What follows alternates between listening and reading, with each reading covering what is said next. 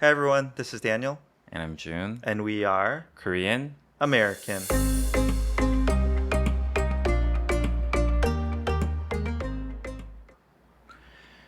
Hey, Hey Jin.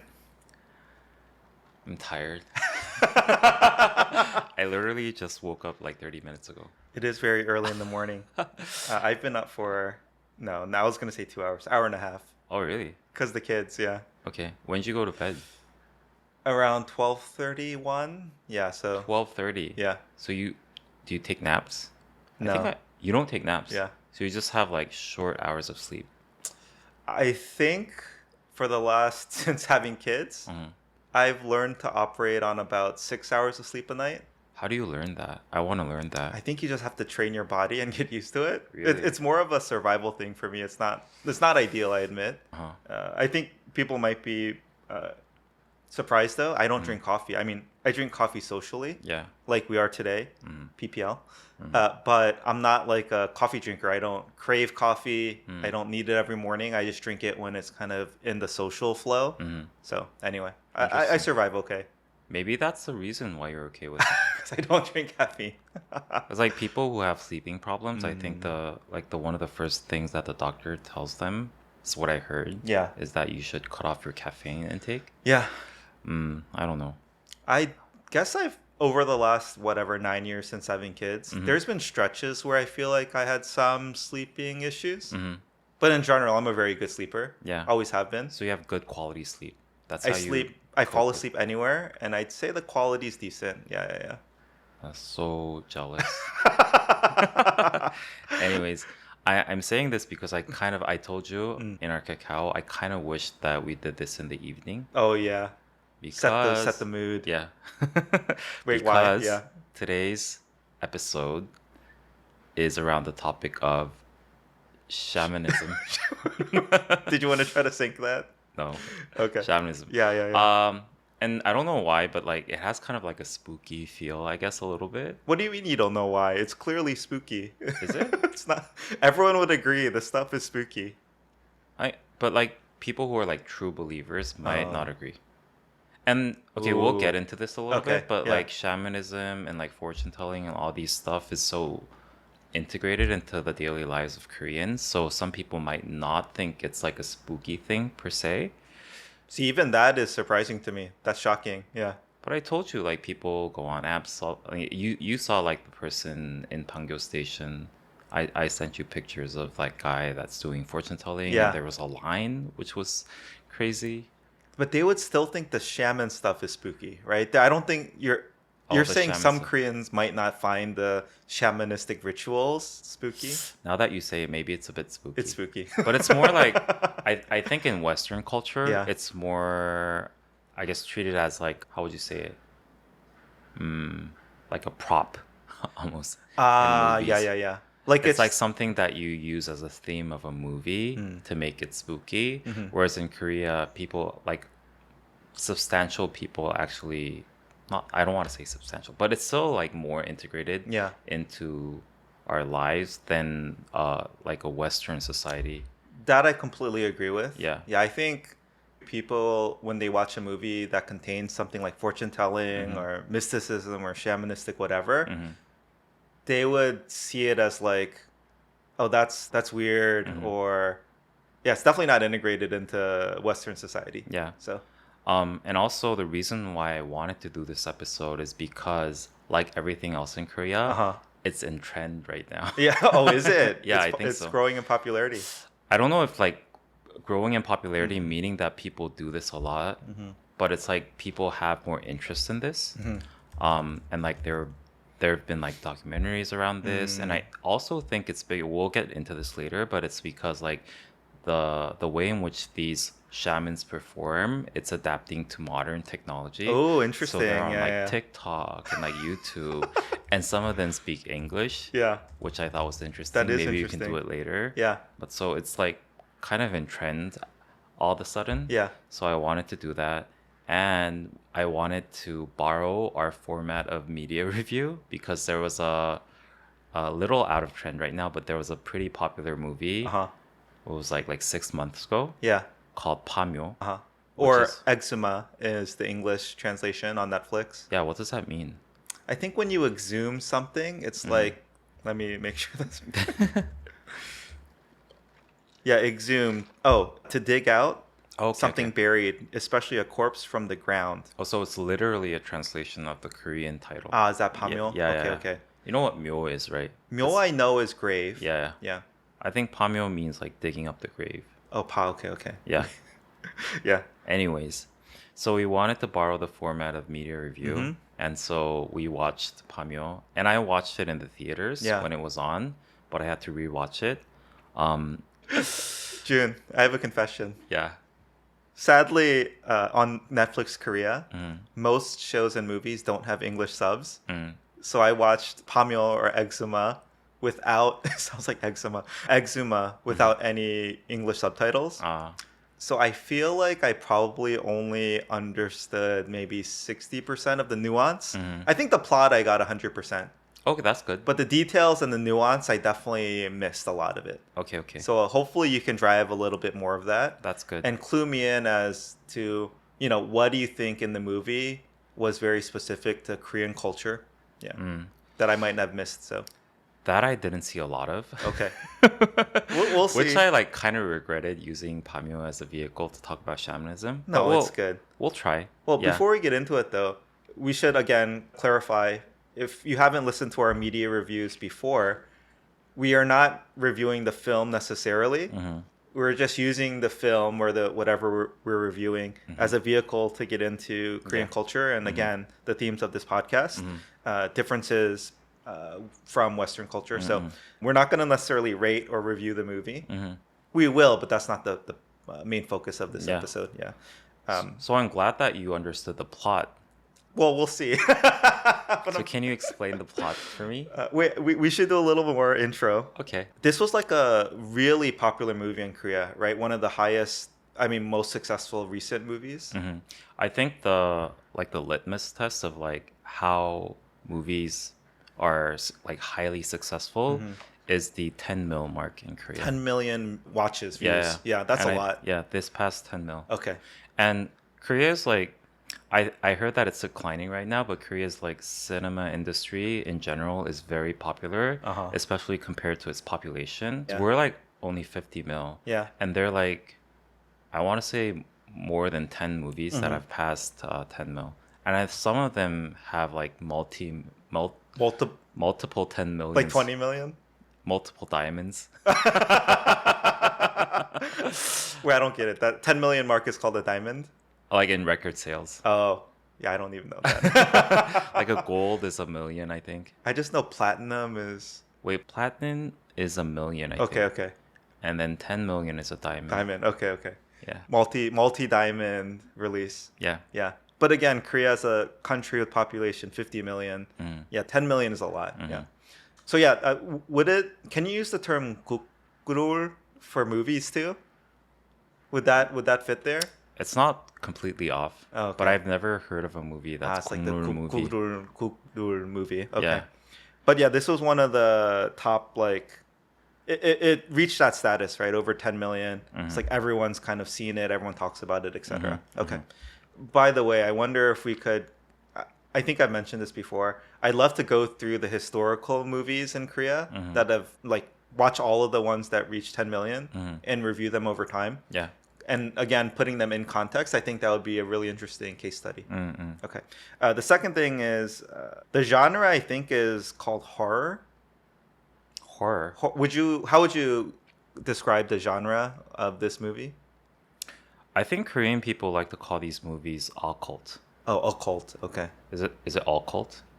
Occult. Yeah. Occult. Yeah. Occult. Yeah. Occult movies. I see. It's Um, like spiritual yeah. stuff. And I Okay. think Korean people are really into occult movies in general. Mm. There was a really popular one before Pamyo, which Yeah. is called Goksong. Mhm. And I think the English titles was called The Wailing. Mm. That one was really good. So yeah, this director in general, I know that he is a master in occult movies. Yeah. And so there was high expectations and anticipations towards Pamyo even before it came out. Yeah. Yeah. I think again, even this is interesting because occult would not be a genre, I think, in Western movies. It is.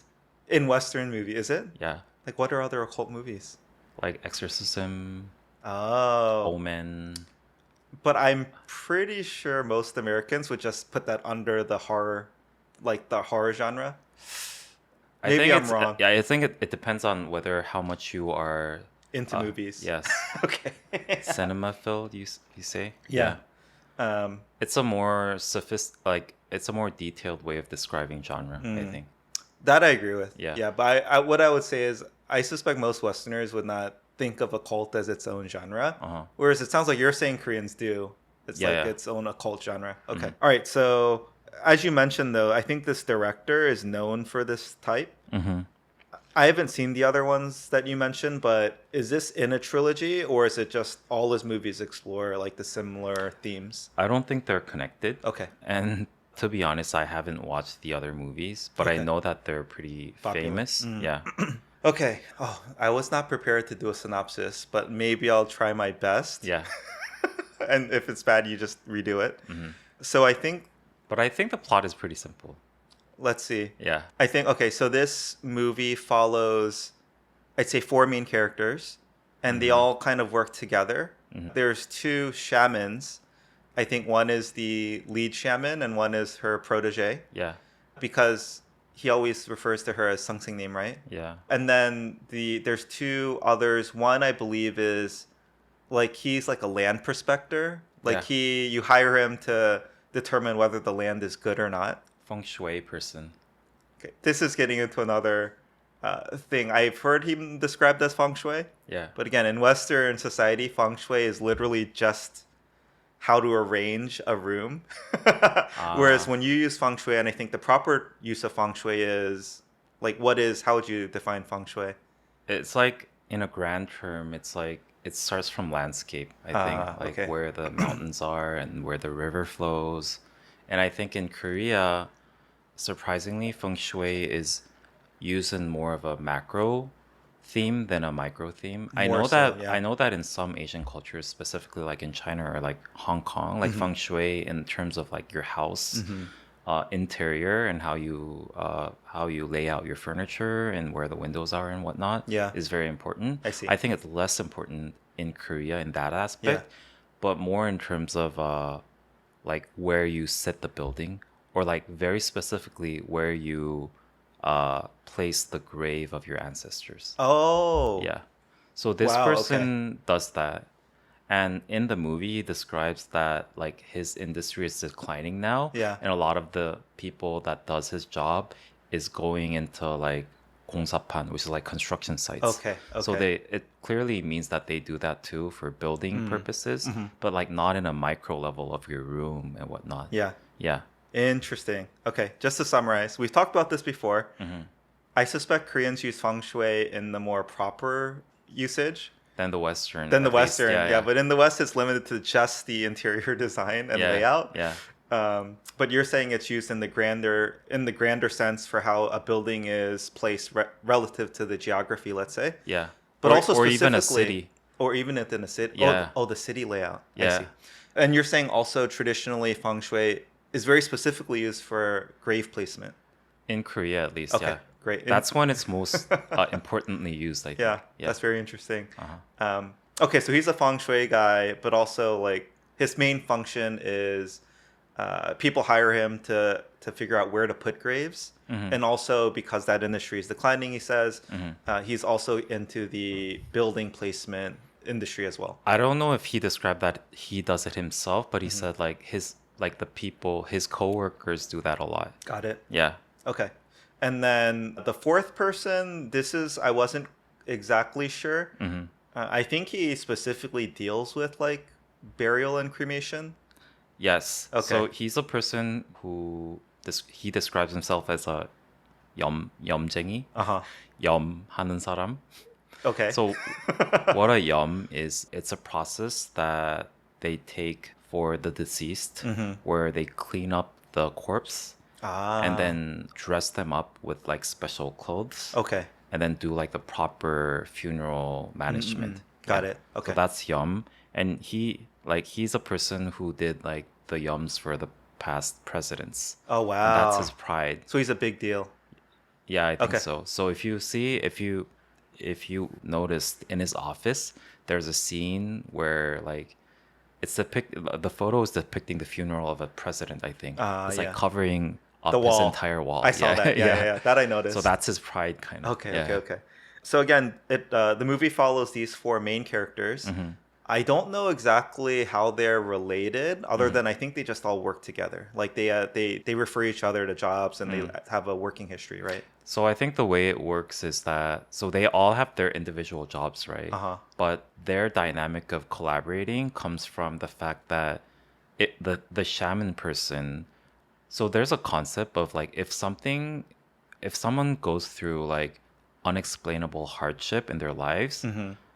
the shamans sometimes interpret it as like your ancestors, like karma, sort of, is transferring into you, Mm-hmm. and one of the reasons is because you didn't bury them in the right place. Ah, So okay, you okay. have to move your ancestors' burial Yeah, to the for proper place. yeah, and Okay. that happens a lot in Korea. Really? So when you do that,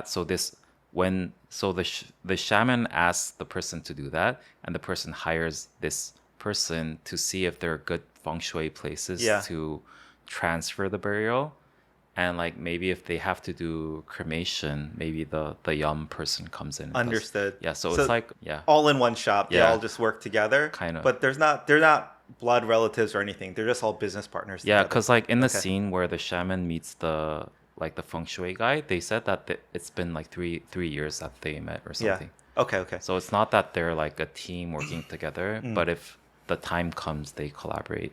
Got it. Yeah, Oh, June, we didn't disclaimer for spoilers this time. Anyway, I think it's okay. it's okay. It's Yeah. on Netflix. Okay, so those are the main characters, Mm-hmm. and I'd say plot-wise, I'd say two major parts of the movie. The Mm-hmm. first half is around there is a Korean couple family living in America that are Mm-hmm. very wealthy and well off, Mm-hmm. and I believe their baby's having health issues. Mm. And so the father is convinced it's due to, like you said, some sort of karma from a deceased ancestor. Mhm. So he's going to go dig up, I believe, his grandfather's Yes. grave. Yes. And so that's the main part of the first half of the movie. Mm-hmm. And once that gets resolved, I think there's maybe a surprise, Mm-hmm. which is in the myo, in the tomb of this grandfather Mhm. of this rich Korean American person, there is a second like body that's found. Mhm. Yeah, and it's this massive like vertical coffin, which I'm sure has some significance, but Yeah. I don't really know. Yeah. And it turns out it's a Japanese like general Yes. or someone who's really reviled in Korean society. Mhm. As anyway, so that's the second part, Mhm. and that they have to basically deal with both of these spirits. Yes. Is that pretty good? Yes, that's Okay. pretty accurate. All right. Yeah. But honestly, even the concept of having to like rebury Mhm. someone, Mhm. that is anyway, I was shocked that that's like a common thing. Mhm. I use shocked maybe too much. I didn't realize that was a common thing in Korea. Yeah. So that part of it, you'd say most Koreans wouldn't even like bat an eye.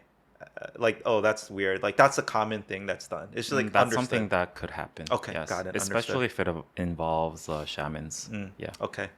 Okay.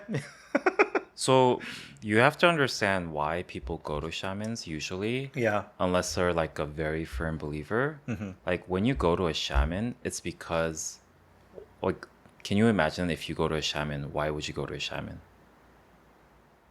You have some sort of big decision coming up in your life that you want. Maybe this is fortune teller, Mhm. but you want some guidance on it. Mhm.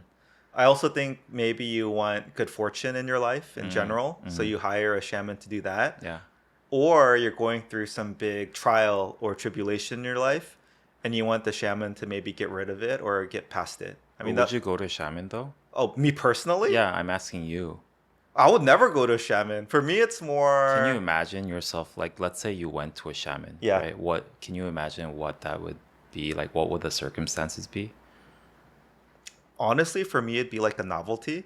Like, Okay. I just want to see if it's like they depicted in the dramas. Ah. But June, as someone who kind of believes in the supernatural a bit, Mm-hmm. I would not try to go to one if at all possible. Freaks me out a little bit. It's kind of weird and creepy. Like I would not want to see one if I could avoid seeing a shaman, I would. Okay. But it'd be pure novelty. Like I could never see myself actually going to see one. Yeah, the thing that I wanted to get at is if you're not like regularly, just in general, a huge believer of shamanism, Yeah. when normal people go there, and I think in the movie, the Korean American family, they depicted themselves, they depicted the family as not like very firm believers, Oh, okay, but got they it. went to the shaman. Yeah. Usually it's because they tried everything else and it Ah, they're doesn't desperate. work. So they're Okay. so desperate. So it's like their last resort. Got it. Like, let's go to a shaman because like there's something wrong with our family. Everyone's sick.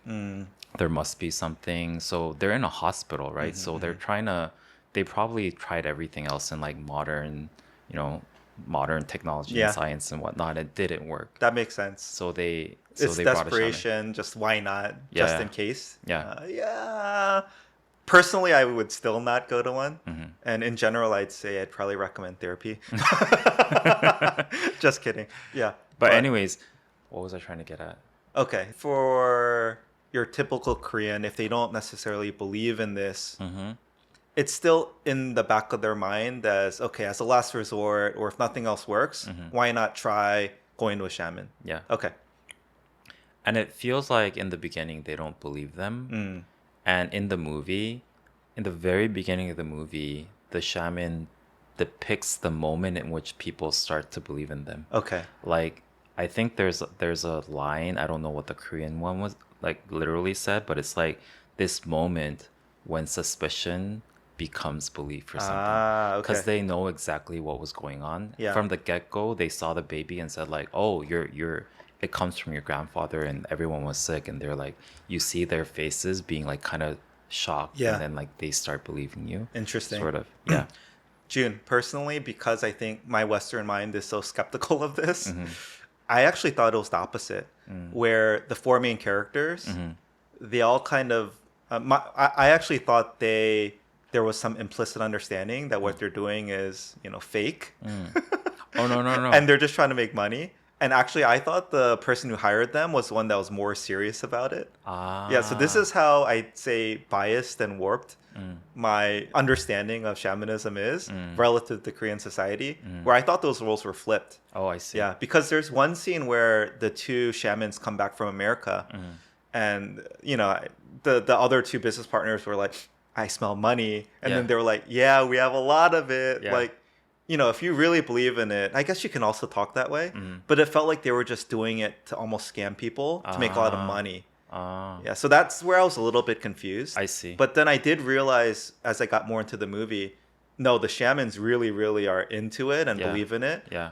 They probably even went to school for it, right? But the other two, I couldn't tell. Yeah, but this is just telling you where my mind's at, right? Yeah. Even going into this movie, I think the whole industry is kind of a sham. Ah. So I just assumed the four people were, they know it's a sham, but they're doing it to make money. I Yeah. see. So that part is partially true. And they say I smell money and all that, not because they're trying to scam them, but because they're like very rich Yeah. and you want to have them as clients. Yes, yeah, got it. Yeah. And I say it's partially true because there's a scene in the movie where the two guys talk about it, and it's like very logical the way that they think. So they're saying like how many people were buried throughout the history of Korea. Yeah. And if they started burying them from like the very good feng shui places, Yeah. like how many places there are left with Yeah. good feng shui. I see. And so part of it is kind of scam because they know that there aren't a lot of places that are Left. good anymore. Yeah. But it's not that because they don't believe in what they do. I see. Yeah. So I say that is partially true. Got it. No. Yeah. Mm-hmm. That's good to know.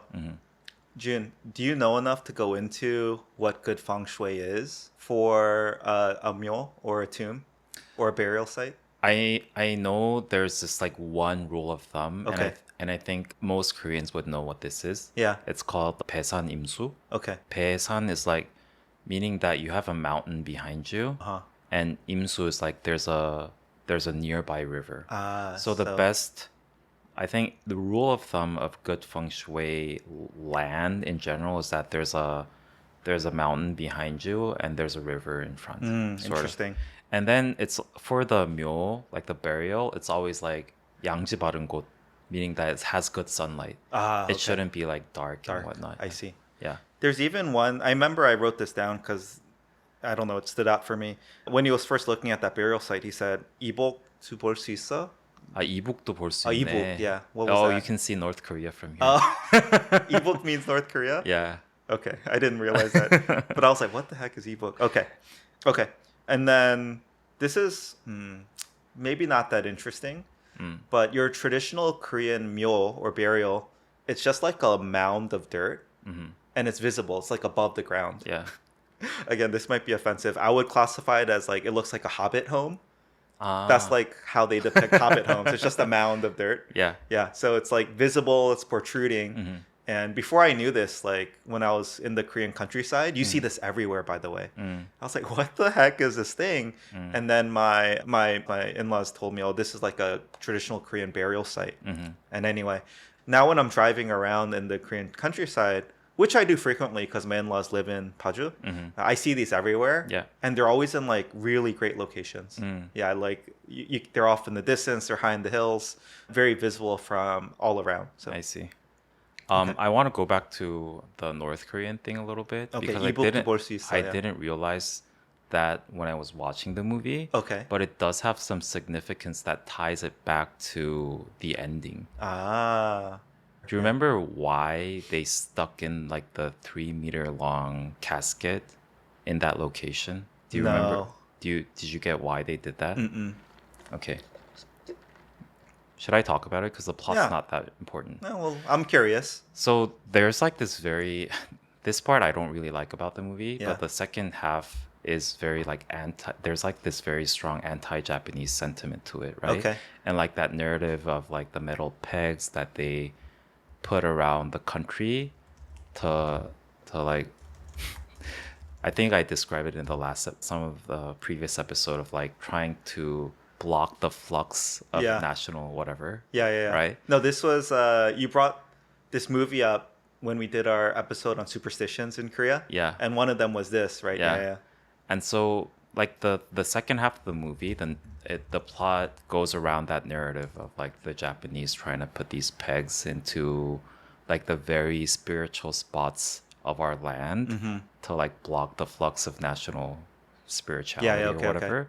And the reason why they put that like the casket there in vertical format, which is like a very odd thing, Yes. is because they're treating that as like a giant peg. Ah. And okay. they put it there exactly because they said it's like the exact like the spine or the backbone, Spine. the spine of the tiger. And Korean people sometimes describe the Korean peninsula as like a shape of a tiger. Oh. So that's exactly where the tiger's spine is. Interesting. Right. So now that you say Yeah. I see North Korea from here, Yeah, meaning yeah. that location is like right in the middle of the peninsula. Interesting. Yeah. I feel like that's some oh my god, what's the needle thing? Acupuncture. I feel like it's almost treating like the Korean peninsula as acupuncture, right? Kind of, yeah. And then, so is that why Koreans believe in like the Korean national animal or whatever? I feel like is the tiger, right? The horangi. Yes. Is that related because they see the Korean peninsula as a tiger shape? I think so. Oh, okay, interesting. Some people say that it's like in reaction to Yeah. the Japanese describing the Korean peninsula as a shape of a rabbit. Oh, like something weak and Yeah. meek, yeah. But then we see it as a tiger. Oh, I like it. Yeah. I mean, even the Seoul Olympics, I know the mascot was Hodori, right? Hodori, yeah. He the was a tiger. Yeah, Yeah. so super cute. Okay. Anyways, Interesting. I really want to go into shamanism. But I really want to go into the anti-Japanese sentiment. Okay, let's do that. June, I think you're saying you didn't like that this pushed some anti-Japanese sentiment and propaganda because you want Korea to move past that, right? And Yeah. not portray Japanese as like the enemy today. Partially, yes. Uh-huh. But I also think I don't really believe in the metal peg. Oh, that thing. Yeah. But in general, I mean, I think anyone objectively would look at how Japan and Korea have interacted over the last 500 years Yeah. and say, like, yeah, Japan was the oppressor, right? So I think as much as you don't want to portray one as good versus bad or good versus evil, I think most people would look at the situation and say, yeah, Japan was in the wrong colonizing Korea, and they did horrible things to the Koreans in the past. And so portraying Japan as the enemy historically, I can see why in modern times, right, we should move past it. But I think historically, at least, it's pretty accurate. Do Koreans feel conflicted over this? Is No, there? to be clear, I don't. It's not that I deny that they were the oppressors, but I think to resolve history, I think you have to see things objectively. Yeah. But if you go into like that realm of like they try to like spiritually like curse us Curse or us whatever, forever, yeah. which I don't believe. Okay. I think it sort of murks your vision. I to, get like, that. Yeah, objectively yeah. trying to resolve what there Yeah. is. Yeah. Okay, that makes sense. June, the only reason I thought this was maybe interesting to dive into is because as an American, I think in everyone's eyes, their own country, they want to have some pride, and your own country is like the good guy or the heroes, Yeah. right? So I'm sure in Japanese cinema, maybe I'm going too off here. They probably don't depict themselves as like an evil nation very often Yeah. for Japanese media, right? Yeah.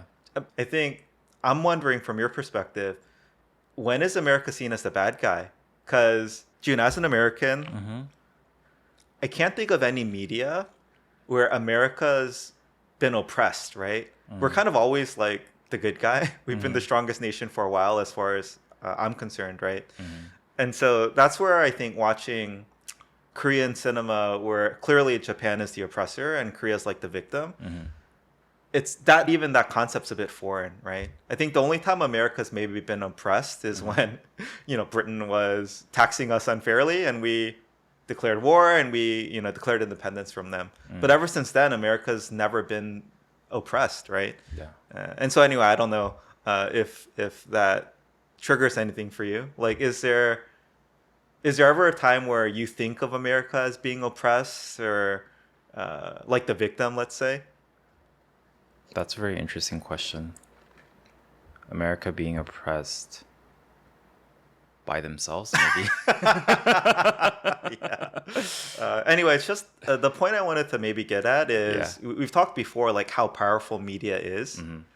And again, you have to understand, as an American growing up in America, we never see ourselves as oppressed. We never see ourselves as weak or the victim in a sense. Yeah. Like, we're always like the number one, do-gooder in the world. And, we have to fight for democracy and we have to liberate all these other countries.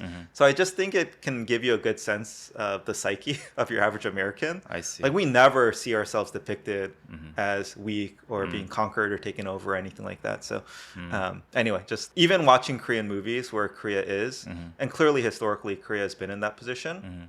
Yeah, it does something, right? When you watch that. And I thought that was an interesting point. That it is very interesting because it's such a stark contrast to the sentiment of Koreans, how they view themselves, because I think Korea in particular is a country that has been oppressed throughout the history so many times. So there is this sort of like victim mentality in Korea where like, oh, we think that we're weak and then we've been oppressed by other countries and like we have to blame some other country and whatnot.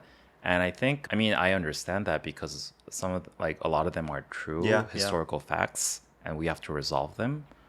But I feel like America is like such I guess fortunate historical context where they've never been oppressed before. And what country is like that?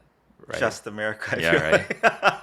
Right. So I think it has a very unique, it creates a very unique sense of like national pride and like the character of what America is. Yeah. One final point before we wrap up. America definitely has been the oppressor.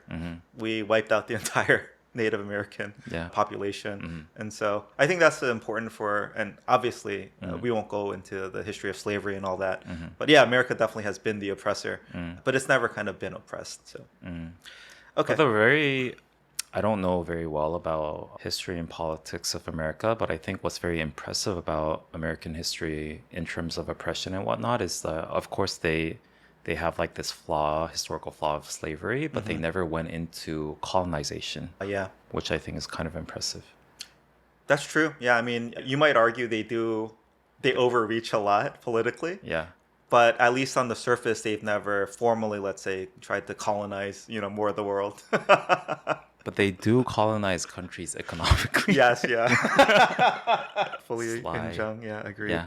Okay. Anyways, Yes. this is not the history or No, no, no, politics no. episode. This is more about the shamanism episode. So Yes. I wanted to go more deep into what a mudang is. Okay, I don't know So that that term, female yeah. character of the main four characters that you depicted is what we call the mudang. Okay. And that's Shaman. a shaman. Okay. You know what a shaman is, right? Honestly, not really. It's someone who performs, I would say, like different rituals to kind of ward off or connect with spirits.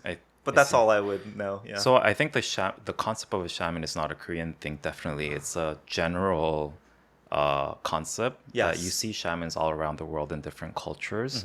Like generally, what they do is they act as an intermediary of like the physical world and the metaphysical world, like the spiritual world. Yeah. And there's a lot of different ways that they interact with the metaphysical world. Yeah. But in Korea specifically, what they do is that they call it pingi.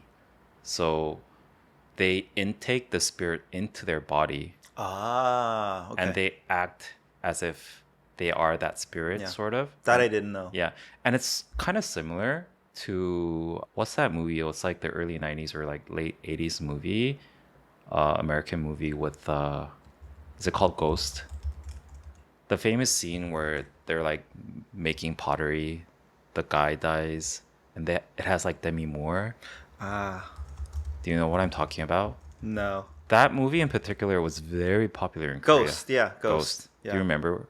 I never watched it. Oh, really? Yeah. I know it's very famous though. So there's a scene because they're a couple and the guy gets murdered. Uh-huh. So he's like the ghost, right? And so Demi Moore, the female character, gets haunted by the ghost.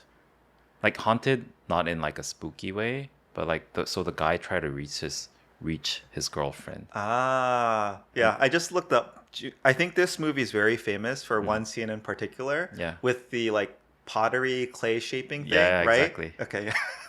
Maybe I understand that scene a little bit better now because Yeah. that's like the ghost of him, like molding the clay around with her. Anyway. No, I think that was the very beginning scene Oh. where both of them They're are alive. alive. Anyways, so Demi Moore, because she thinks that she's going crazy because she feels a lot of like these senses of like his dead boyfriend around Yeah, her. yeah, So yeah. she goes to a fortune teller, and this is Whoopi Goldberg playing the Ah. fortune teller. Yeah. And she does a thing where she like intakes the spirit of his boyfriend and talks to her or something. Okay. So that's very similar to what a Korean Shaman would do. Okay. we call it mudang, does. And there's a very famous ritual that Korean shamans or mudangs do, which is called the gut. And it's like sort of like ritual ceremony that they do. I'm pretty sure it's sort of like a chesa, but like it involves a lot of like very noisy music and like dances. Yeah. And like these rituals that they do. So I know that scene or that, I don't even know what you would call it, that ritual, because it's depicted in so many Korean dramas. Yeah. But I guess I never realized it was all focused on the shaman intaking the spirit and then speaking on behalf of the spirit. Yeah. Yeah. And so there's a good scene in this movie. That scene with like the pigs, remember? Yeah. So in the movie it says like the feng shui guy tries to turn down the client because he sees the grave and he senses a lot of bad stuff there. So he says like if you do something wrong, like it'll affect everyone who's involved in this project. So he tries not to do it. Okay. But the shaman convinces him because it's a lot of money. Yeah. And like I understood like, that scene. convinces him let's do it. Yeah. So the way that they do it is that they perform this type of 굿. It's called 대살굿. Yeah. They depict, and it's like it's sort of a way to tricking the spirit Because they say that if you do something to this grave, a lot of bad fortune is going to come out from it. Uh-huh. And it's going to like go into the people who are performing the digging. Right? Uh-huh. So what they do is that they intentionally bring 5 diggers Yeah. who are all 돼지띠. Okay. Pig what? Pig farmers? 돼지띠? Pig, like, you know, like your 띠, right? No, what's 띠? Like you're born in the year of the Oh, pig. the year of the pig. Okay, Yeah. okay. Yeah. So you were born in the year of the rat, right? Yeah. Your What- zodiac sign. Yeah. Yeah. Is that the zodiac Is sign? that zodiac? The Chinese zodiac. Yeah. Yeah, your Chinese So zodiac sign. one year above you is the year of the pig, right? I'm the rat, yeah. Yeah. Okay. So they intentionally bring 5 diggers who are born in the year of the pig, Okay. and then they bring 5 pigs. Yeah. And so they dig. So they're doing actually doing the performance of digging the grave, but the shaman is directing the bad spirit Towards the pigs. Yeah, towards the pigs. Okay, So it got goes it. into the pigs. Mm. So it's like, so they put like the Pig the blood. pig blood on Yeah, I saw them, that, and they yeah. put their hair into the pig's mouth. Oh, I missed so that. It's Yeah, like yeah. kind of mistakenly do that. Okay. So that's called the 대살굿. Got And it. I think it's the only one of the few moments that actually they depict the 굿 Yeah. in the movie. Yeah, so that's what they usually do. Yeah. Mudangs in Korea. Okay. Yeah. That scene was intense. That was I would think it was a really good scene. Yeah. That was probably my favorite scene of the movie. Yeah. Depicting the gut, you call it? mhm. Yeah. But in that case, that shaman, again, she was not trying to impart the spirit into herself. She was just trying to redirect the spirits towards the pigs. Yes. Okay, got it. Yeah. That was an intense scene. So I don't think I've ever seen a good scene In person? personally. Yeah. But it's not like a very foreign thing in Korean society. It's becoming more and more rare in modern Korean society. Yeah. But I'm pretty sure every Korean knows what it is when they see it. Yeah. Yeah. But would you say your average Korean would have seen one in person? I want to say at least half. Oh, like 50%. Wow. Okay. Yeah. Cool. I mean, that's high. At least in my generation, I want Yeah. to say. Yeah. Yeah. Okay. That's really high. Yeah.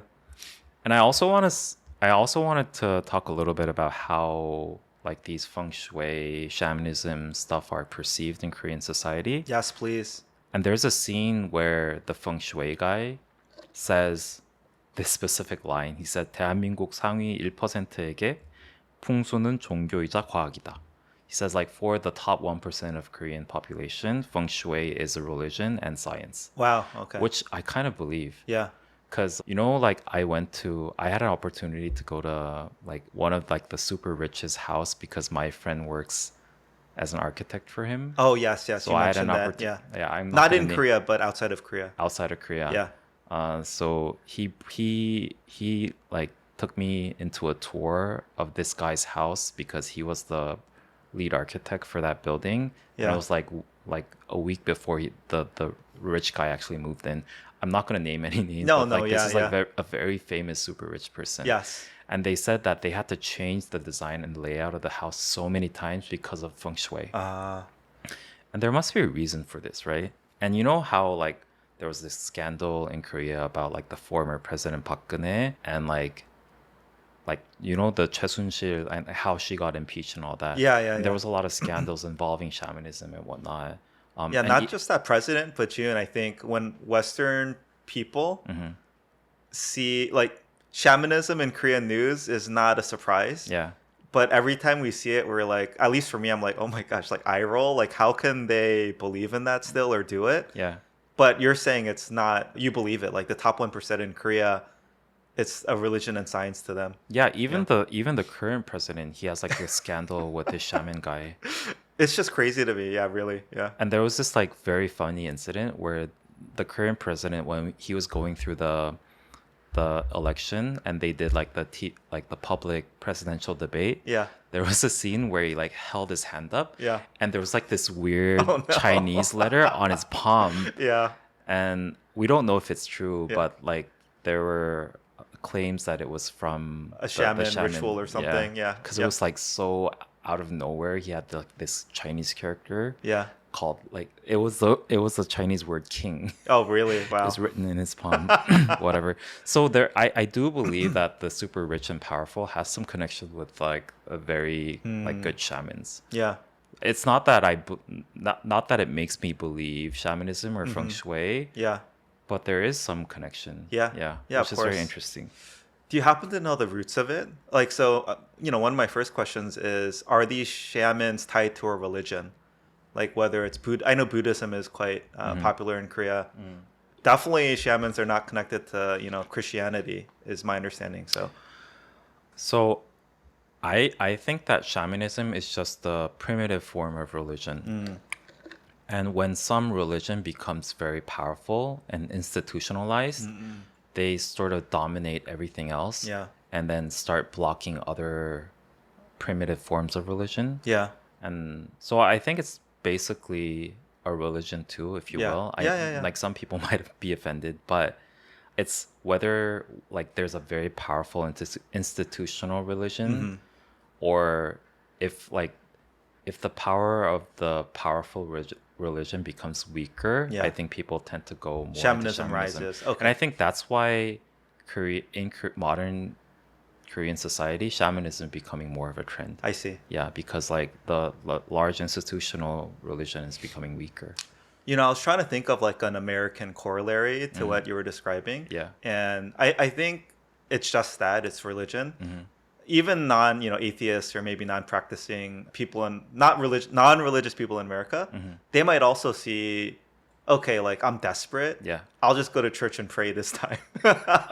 Right? So maybe it's yeah. similar to that. It's Yeah. just like, why not? So many other people believe in it. I'll just cover my bases and try to do this thing. Yeah. So I think that's a good one now that you mention it. Yeah. So you've never been to one of the shaman places, right? No, I mean, again, I would only do it for a novelty, and that would be maybe more the fortune telling. But the good, like that ceremony or performance, would freak me out. I don't I want to see. go to one. Yeah, So I think there are different categories of fortune telling in Korea. yeah.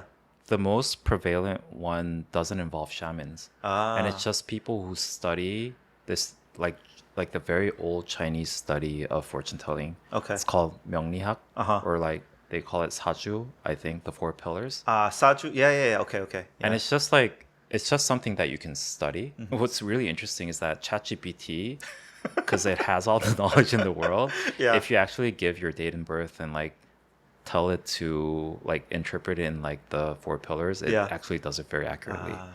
See, Saju I see more as like exactly corresponding to what is it? Is it cosmology? No, horoscopes. Yeah. Yeah, I think it's exactly tied to that, like star alignment and like birth month or whatever. Yeah. So So I think the believers of Saju would claim that it's just it's a field of probability. Okay. Like these like people studying people who are born in this like date and time for a long time and Yeah. then classify it into like data and then realize that there's some correlation between like the date that you were born and like their fate, kind of like believers would think so. yeah. Yeah, I've heard multiple times that people were saying it's just like a field of probability Yeah. and data. Okay. I mean, I could see there being something to that. I actually believe something like, I don't know. Whenever there's like a Dan or Daniel, my name's Daniel, right? Yeah. Whenever there's a Dan or Daniel portrayed in media, they're always the same type of person, right? They're kind of like the nerdy, Yeah. like nice guy. And I feel like I kind of fit that. And it makes me think like, are most Daniels like this and why? And I believe there could be something to that, right? Whether it's the biblical Daniel Yeah. or, I mean, it's crazy. There was one Olympics where it was like Dan Johnson versus Dave, whatever. Anyway, there was like a Dan versus Dave, right? Dan's are always the nerdy, like straightforward, Yeah. kind of awkward guy. And Dave's are always the cool guy, right? Isn't that crazy? So I believe in general, like, I think there's definitely something related to your name. Yeah. Because you have to be called that name so many exactly. times. And historical people with that name, you can Yeah. compare to them, you mimic them maybe. And not even like the meaning of the names, but there's like the way the way that it sounds, right? Or perceived. Yeah. Yeah. But getting to what you were saying is, I could see in some world where people born in my, let's say, birth month or birth year even, we're more similar than not, right? Because that generation, like, why are generational trends a thing? Of course, people born in a certain time period or era are more similar than others. Yeah. And even, let's say, if I'm born in the spring, I reach certain life milestones that, certain environmental things are more similar. So I could see there being something to that, to be honest. But when it gets down to like what hour you were born, that to me is completely nonsense. Do you know what hour you were born? To your point of this not being a big thing in the West, I have no idea what hour I was born. Okay. I want to do something fun, but I want a video check before that. No, June, I have no idea what hour I was born. And I had to, make it up when I did the fortune telling thing online. Remember when you did that episode? Yeah. You were born in the States, right? Yeah. Okay. So this Haju thing I just I wanted to mention that there are two different categories when it comes to fortune telling.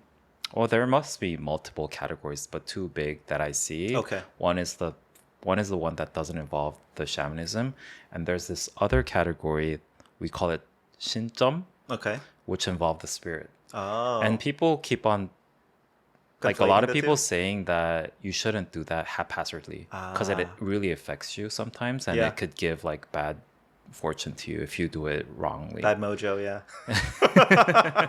So it's there's this one stream of where you just study it as a knowledge and then tell you, and there's this other stream where you talk to the spirits and tell your fortune. Anyways, surprisingly, a lot of Korean people still love to do at least haju or tarot cards. It's fun, yeah. Yeah. I mean, tarot cards are, I wouldn't say popular, but they're a thing in the US. Even in my workplace, people are talking about I know this very good place that it's very accurate. Let's go together. Yeah. So the fun thing that I wanted to do with you is let's try ChatGPT. Okay, sure. And input your date of birth and see if it's accurate. Okay. I mean, we did something similar before for the new year, right? Because we went to that site online and read my fortune for the year, which I thought was quite accurate. Really? Remember? Interesting. Okay. Ready? Okay. According to ChatGPT, you were born in the year of the rat, which means you're naturally a go-getter. You like to start things first and have a knack for leading others. Being born in you have a energy that helps ideas and projects grow quickly, especially when working with a team. Your birthday on the suggests you are passionate and driven, but also have a cool, balanced side. This mix of fire and water makes you a natural mentor, helping others while staying level-headed. Overall, you're a creative leader who thrives in starting and growing things with a great balance between passion and logic. It is pretty accurate. I have to admit, that's creepily accurate. That's crazy. Oh, that's crazy. You want to ask more about your fortune? That's really accurate. Wow. Does it give lotto numbers? It is pretty accurate. I have to say that is. Can I ask fairly specific and very accurate. What are my strengths and weaknesses? Based on your astrological reading, your strengths lie in your natural leadership, creativity, and ability to balance passion and logic, making you a proactive and inspiring figure who excels at starting and growing projects.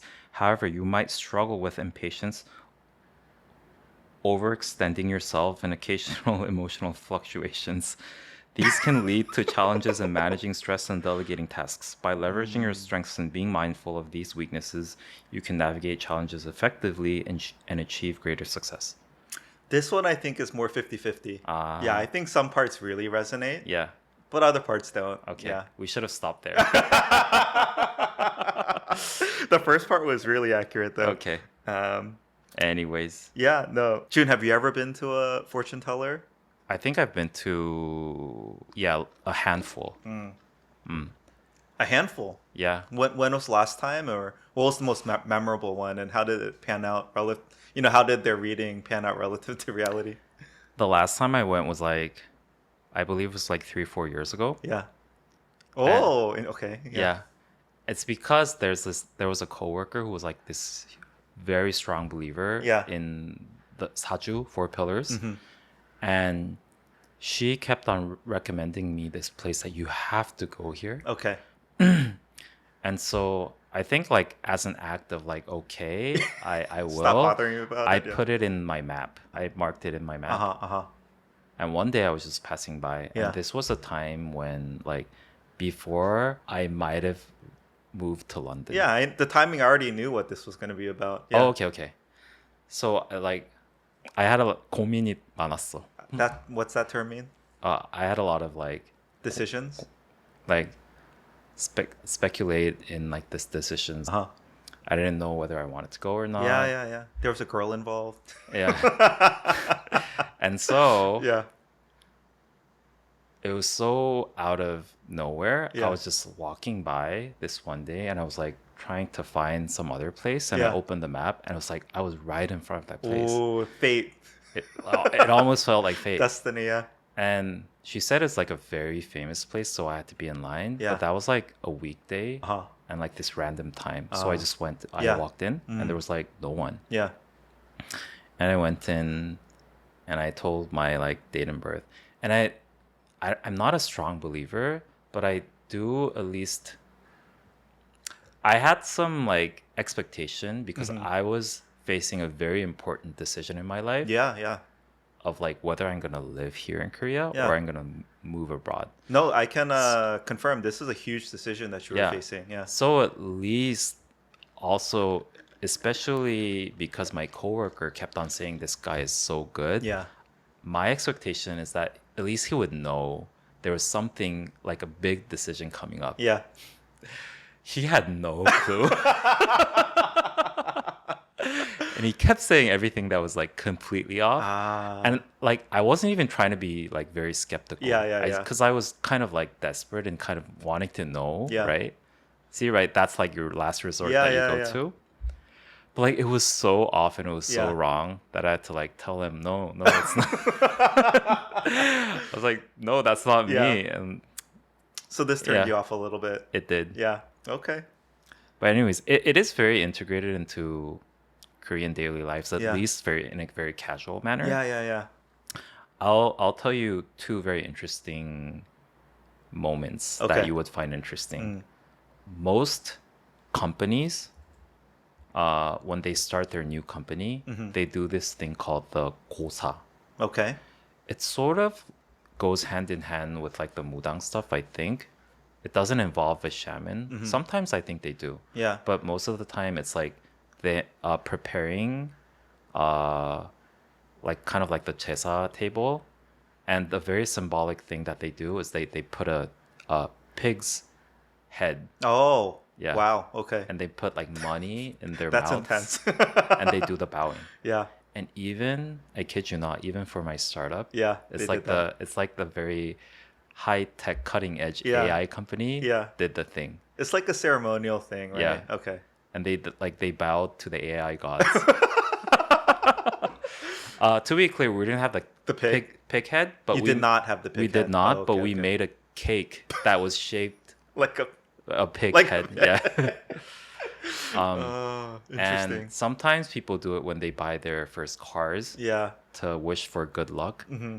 And my friend, he bought like a Tesla. Yeah. And then he did the bowing thing in front of the car, But not to a pig head. but not to a pig head. Just to the car. Yeah. I got it. So it's that integrated into our daily lives, Mm. at least like in a casual manner. Yeah. Yeah. Yeah, I mean, maybe I'm just blind to it, but I can't think of anything that's similar in Western society. Mhm. This I think is another this thing that's kind of interesting. It's somewhat related to like these superstitions and rich spiritual things. Mhm. Do you know a thing called the taemong? Mm-mm. You didn't know what a taemong is? No. Didn't your parents tell you that when they had you, they dreamt something? Oh, yeah, okay. I Yeah. didn't recognize. Yeah. It's the like when you're pregnant, if you have a dream, right? Yeah. Yeah. That's a very, is that a Asian thing or a Korean thing? I don't know. Yeah, Maybe it's an Asian I thing. believe. I don't. I But honestly it's don't know. definitely not a Yeah. Western thing, right? No, no. What was your Taemong? I don't know. Yeah, my parents never told me. Your parents just told you that there is a thing, but No, they no, never no. told I you. only heard about this when moving to Korea because Oh. when we were pregnant, when my wife was pregnant with our fourth child, Mm-hmm. all her friends were like, "Oh, you have to like, did you have any dreams or what's the Taemong name?" Yeah. Yeah, that's how I first heard about the term, but I've never heard it before moving here. I was pretty sure that you know what your Taemong is. What's your Taemong, Jun? My Taemong is a very, very large supermoon. Oh, interesting. Yeah, and people were like walking towards the moon or something. Yeah. And a lot of the times, I think the Taemong kind of indicates the gender of the sex of the baby. So like maybe it's like if it's like a very maybe if it's like a tiger or something, it usually Something a son. manly. I was trying to be PC. Yeah. Or like maybe if it's like a beautiful flower, it's usually a daughter. But yeah. They say that it's unmistakable because it's so vivid and it feels very different from all the other dreams. I don't think my wife had one, to be clear. But Sometimes your relatives dream it have for it for you. Yeah. But we had to give our my wife's Korean friends insisted that we give the baby a name. So yeah. Yeah. One of them just thought up a funny name, but yeah, no, I don't know my Taemong. Let's see. There's a lot more we could talk about. Anything else you wanted to cover specifically? Yeah. I think the thing about the shamans, Yeah. one thing that really fascinates me is the way in which they get into doing the shamanism. And I mean, to be clear, I think people don't want to be shamans. Right? Don't want to be shamans. Yeah. Oh, okay. But they're sort of like forced to become ones. Oh, why? And what the reason why I'm saying forced is because there's this concept called 신병, Okay. like literally translated as like spiritual disease.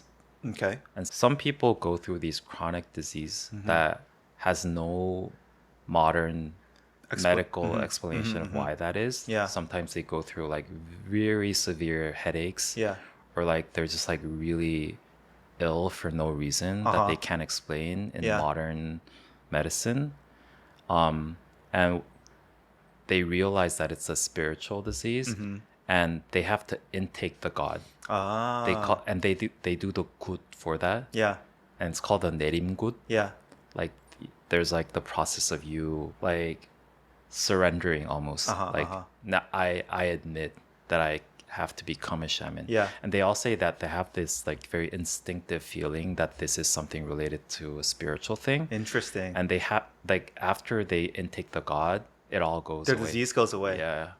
So that's how these people get into doing shamanism, becoming shamans. And a lot of the times it's hereditary. Oh, yeah. Your Generations mother- of your- shamans, yeah. Your mother is a shaman, and your mother really didn't want your daughter to be a shaman, but then they have the disease, so Yeah. they have to do it.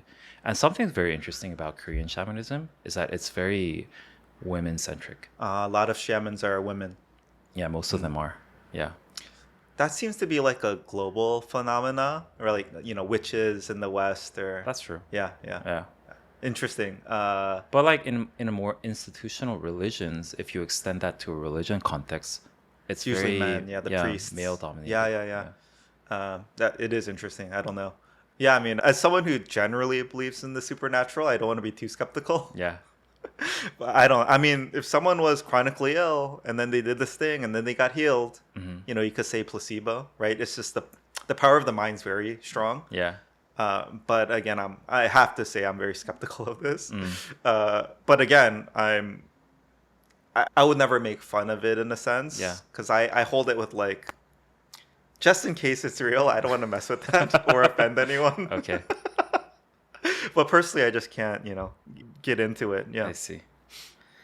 All right. Were there any other scenes in the movie? Yeah, that you so wanna talk maybe about? in taking a step back from the shaman part, I just had a few more notes we could cover before we conclude, maybe. Yeah. Oh, actually, sorry. Before we do that, Jin, though, I want to put something out there, see how you think about it. Yeah.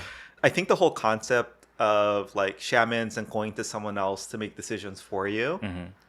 Again, our most common theme on this podcast, it feels very not individualistic. Like I'm not in charge of my own fate or destiny or decision making. I want to defer that and ask someone else to do it for me. Yeah. So one thing we didn't bring up here is I think it's common for Koreans to go to, I don't know if it's a shaman, fortune teller, or whatever. They go to someone else to name their own kid. It's like, oh, what's a good name for my kid? Yeah. Whereas in America, naming your kid is a very like deeply personal decision. Like you want some intention behind it. I think the thought of, let's say, outsourcing your kid's name would be seen as kind of definitely strange for Americans, because it's like such a big decision, and your name is a really big thing, right, in your life. It's your identity. So I think Americans are very thoughtful, like what's the meaning, what am I going to name my kid, what names do I like, etc. Whereas Koreans kind of outsource that. But I think that general theme of outsourcing, let's say, major decisions in your life, that to me feels very not individualistic, which is in line with like Eastern society. Whereas Americans being very individualistic, the idea of not being in charge of my own fate, making my own decisions, doing things my way, right? It feels very foreign. So I don't know if that resonates with you, but I think the entire thing around shamans or seeking the guidance of the spiritual ancestors or in general just outsourcing your decision making feels very Korean to me more than American. I think there are several aspects to this, right? It's very culturally nuanced. There definitely must be something that's related to what you described, like individualism versus collectivism. But also, I think the importance of the name, that like how important that they think a name is, I think also plays into factor, and also risk aversiveness. Yeah. Right. So I think culturally, like if everyone does it in that way, and if they think that it's such an important part of like determining a certain fate of your child's lives, and if it's that important, do you want to do it yourself or do you want to go to an expert? That's so interesting. Yeah. In that sense, I could make a similar analogy to how companies consult with a consulting firm. Yeah. If there's a really big decisions that they have to make, do they want to do it in-house, or if it's such an important thing, right? I think, and if they have enough money, they would hire, I don't know, McKinsey or whatnot. It's interesting. So right? Seeing it as a naming consultant. Yeah. Interesting. And risk aversiveness plays into part because you don't want to risk anything, so you want to consult with the expert. Oh, that's so interesting. Yeah. Okay. I mean, it is almost like, again, in Korean society, specifically with the naming your child, it's more functional, right? Like Koreans are thinking, oh, what's the best name I can give them? Whereas Americans, I don't think they're thinking about what's the best name for their future. It's like, what name do I like? Like what's the meaning and intention behind it? But in Korean naming, it involves a lot of like expert knowledge to that, because it has to do with the saju, oheng, like the saju thing. What's oheng mean? Like the 5 elements. Oh. And this is like the very central theme of the movie Pamyo 2. Because in the last scene, I wanted to ask about that scene. The wood and the wet, with right? the water, Yeah, because in the 5 elements aspect, the demon was like, it was dirt, metal, and fire. I thought specifically gold and fire, right? Gum? He kept saying gum. Oh, kum means metal in general. Oh, I thought gum was gold in particular. Both is true. Oh, okay, got it. Okay, interesting. Like the word metal in Chinese letter has that character. Okay. So the demon had the elements of metal, fire, and then soil.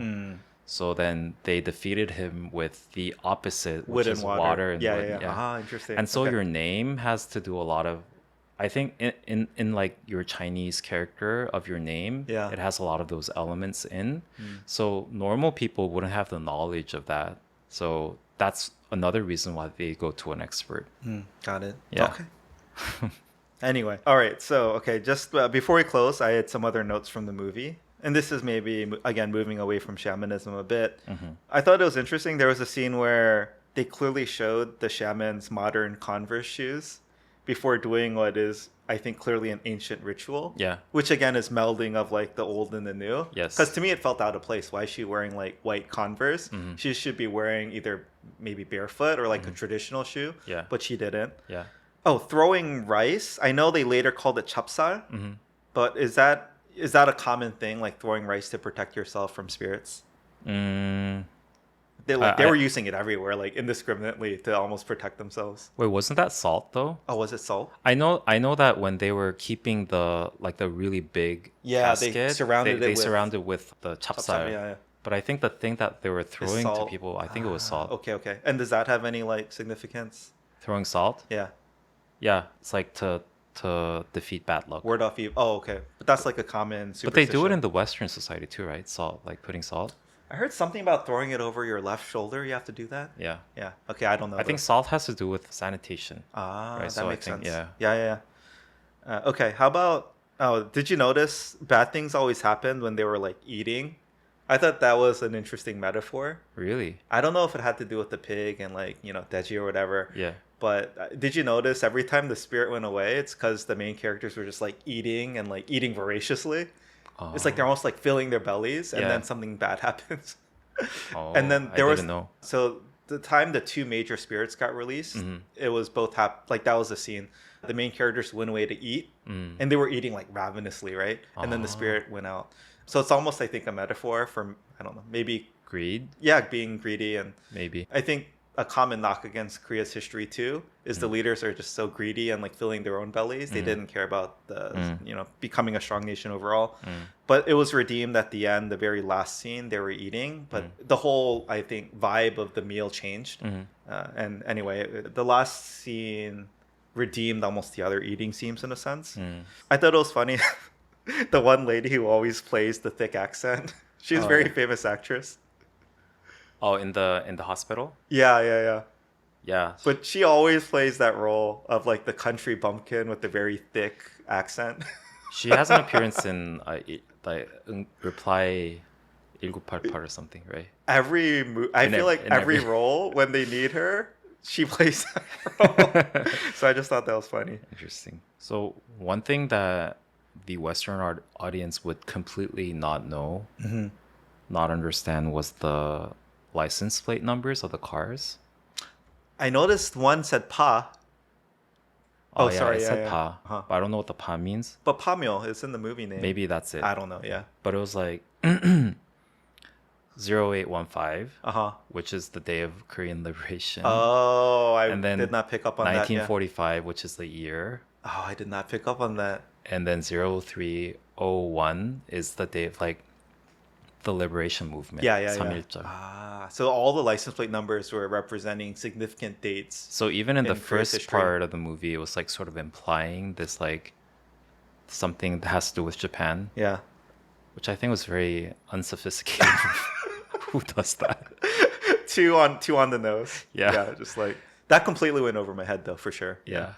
June, since you brought it up, let's move on to that then. So, like most things in life that I watch, I enjoy the watching experience, but I enjoy reading and talking about whatever I watched even more. Yeah. So I went to Reddit, and one of the threads on this movie, it was the common sentiment in the comments was that this movie was made for the Korean audience, and there was so much nuance and Korea specific, I think, themes or whatever that your average non-Korean would just not appreciate or understand it. And I can honestly say, as a non-Korean, let's say, in mind, I enjoyed the movie. I thought the cinematography was great. I thought it was pretty exciting and suspenseful.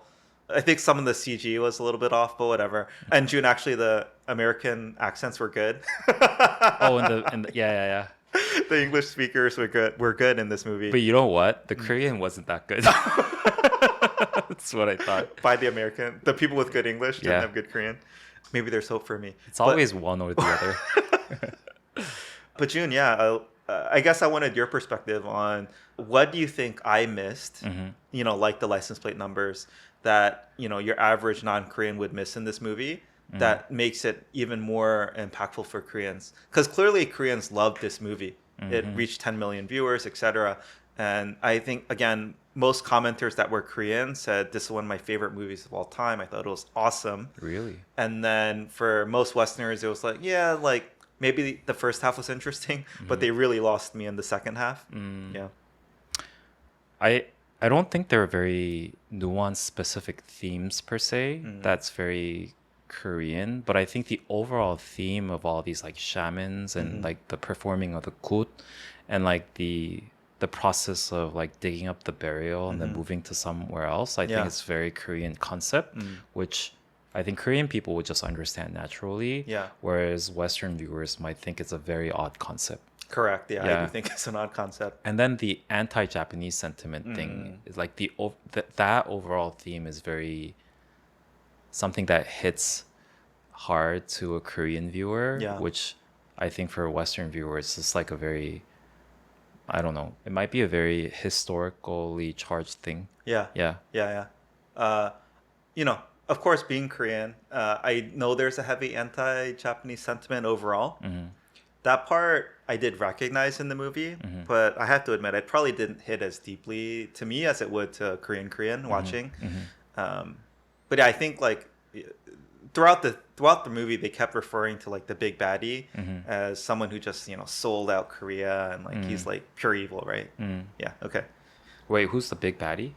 The final demon they had to fight. Yeah. He's like the main bad character in the Yes, movie, right? yes, Yeah, yes. Oh, there's another scene. I think it's in one of the final scenes where the shaman sort of pretends that she is a tree yeah. and talks to the demon. Ah, Do you remember that yeah. Of part? course, yeah. That was. I think that could be a scene where it's very Korean because it's sort of like a tradition in Korean villages. You would see it too if you go to a Korean 시골. You would always see this like 500-year-old tree in front of the village entrance. Yeah. And I think the thinking in that is that it's sort of like a spiritual thing that protects the village. Oh, the tree is. Yeah. Oh, interesting. So I think that scene was sort of depicting that, like this very old tree, claiming that she is a protector of this mountain. Oh, see, Yeah. my interpretation of that scene Yeah. was, do you remember like before she decided on that tree, there was like flashbacks. She was seeing flashbacks, I think, on behalf of the spirit. And I thought that tree had special significance to the, that Japanese general. Oh, I don't think so. Okay. I mean, Maybe you're right. No. Yeah. But that's just my interpretation of it. Okay. I didn't know trees in general were seen to play that role. Yeah. I just thought that specific tree, like she knew that was the thing to do because like through the flashbacks, like the tree stood out.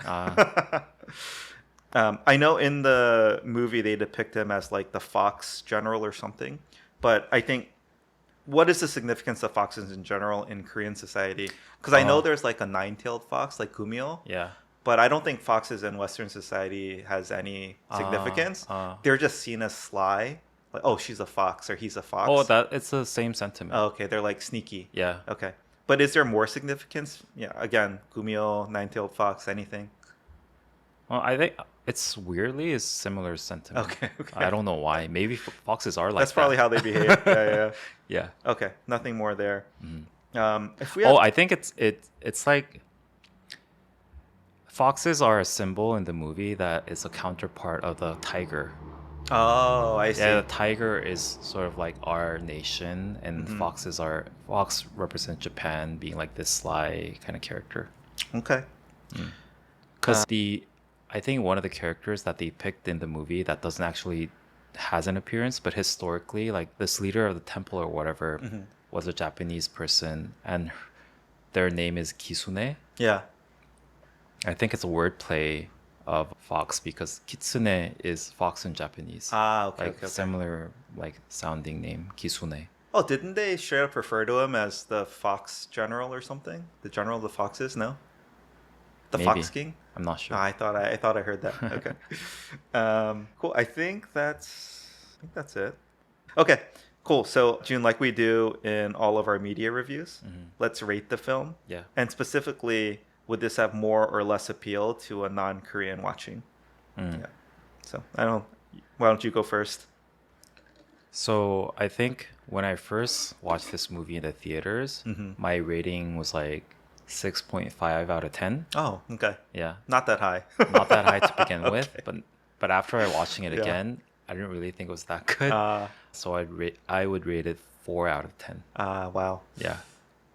I think I generally rate movies higher than you, probably, Yeah. my scale. But I would give it a 6. 6? Yeah, Okay. I mean, Pretty generous. it was entertaining. And Especially I think not understanding the language.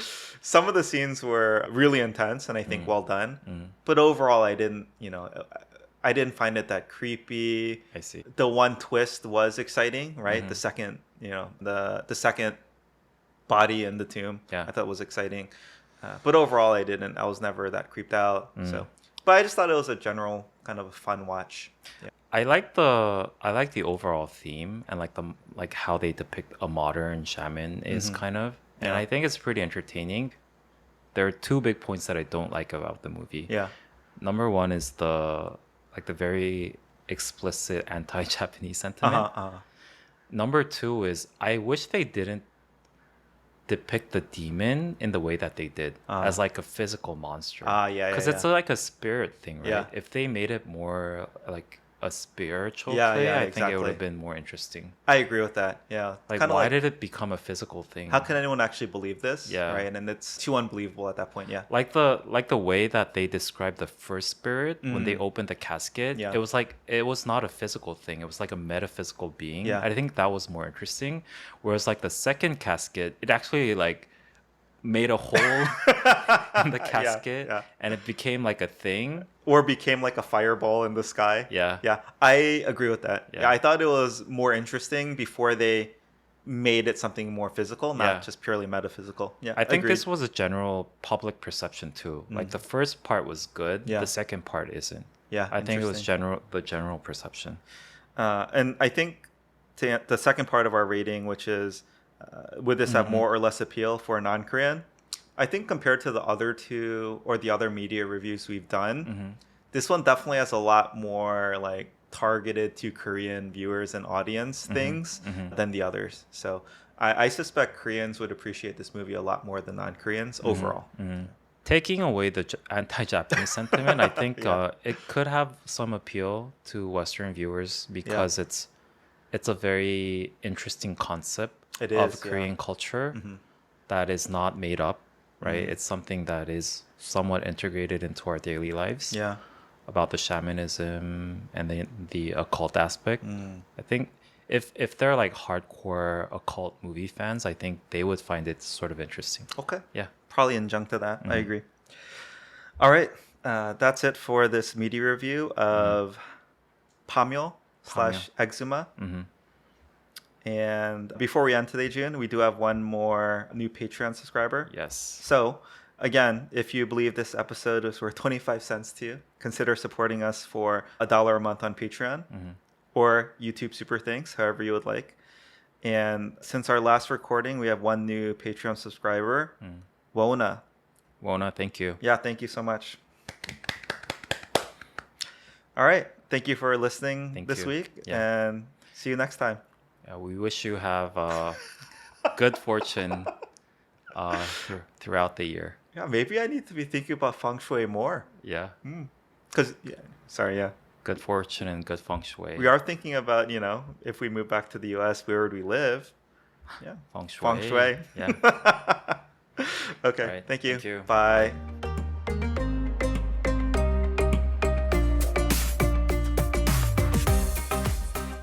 And then, so you told me that it didn't have Korean subtitles. Yeah, so... Which Jun, I was- didn't know. Yeah. Yeah. Jun, I was going to do it live on air. Sorry.